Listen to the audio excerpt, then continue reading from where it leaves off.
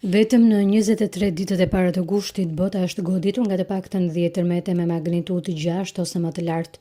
2 prej tyre kanë kaluar magnitudën 7. Dhe seria e lëkundjeve nuk është ndalur. Të dielën një tërmet goditi Japoninë lindore, magnituda 5.9, lëkundje të forta dhe në Tokyo dhe 10 persona të lënduar. Epiqendra u lokalizua në jug të prefekturës Ibaraki, në një thellësi prej rreth 70 kilometrash. Të paktën 37 persona mbetën të lënduar në 5 prefektura, shumica lehtë, ndërsa lëkundjet shkaktuan probleme të përkohshme edhe në transportin hekurudhor. Autoritetet nuk lëshuan alarm për tsunami dhe nuk raportuan anomali në centralet bërthamore. Por Japonia është vetëm episodi më i fundit i një gushti me aktivitet të fortë sismik në disa pjesë të planetit. Më 10 gusht Kolumbia u godit nga një tërmet me magnitudë 7.4, një prej goditjeve më të fuqishme të muajit. Bilanci ishte i rëndë, qindra viktima, mira të plagosur dhe dëme të mëdha në banesa dhe infrastrukturë.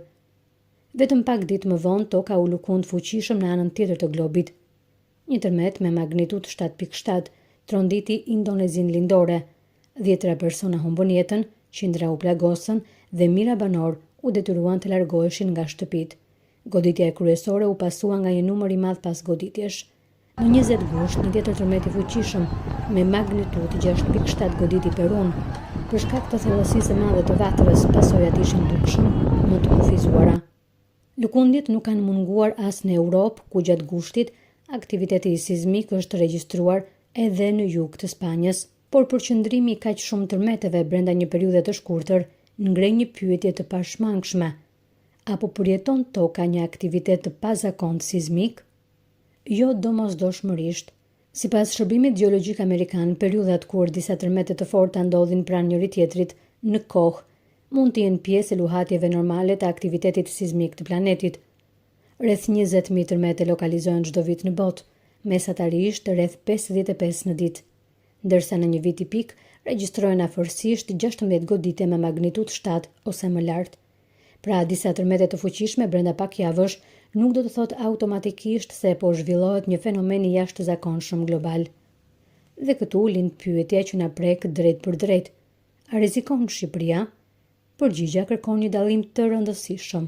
Shqipëria është një vend me rrezik të lartë sismik, por ky rrezik nuk lidhet me tërmetet që po ndodhin aktualisht në Japoni, Indonezi apo Amerikën e Jugut.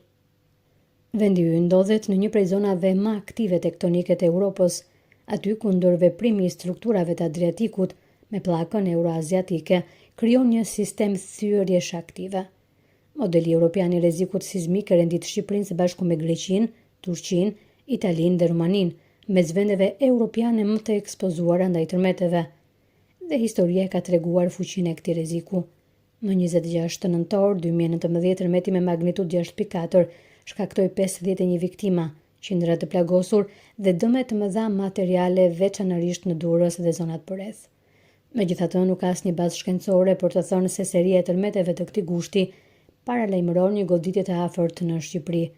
Tërmetet nuk udhëtojnë nga një kontinent në tjetrin, si një valë që i afrohet një vendi të saktuar.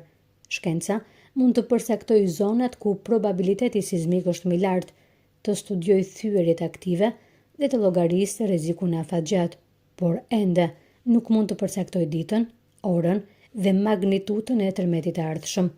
Ndaj për Shqipërinë, lajmi nuk është se një tërmet po afrohet nga pjesë të tjera të botës. Rreziku sismik është këtu prej kohësh. Pyetja vendimtare është nëse ndërtesat dhe institucionet tona janë të përgatitura për momentin kur toka do të lëkundet sërish.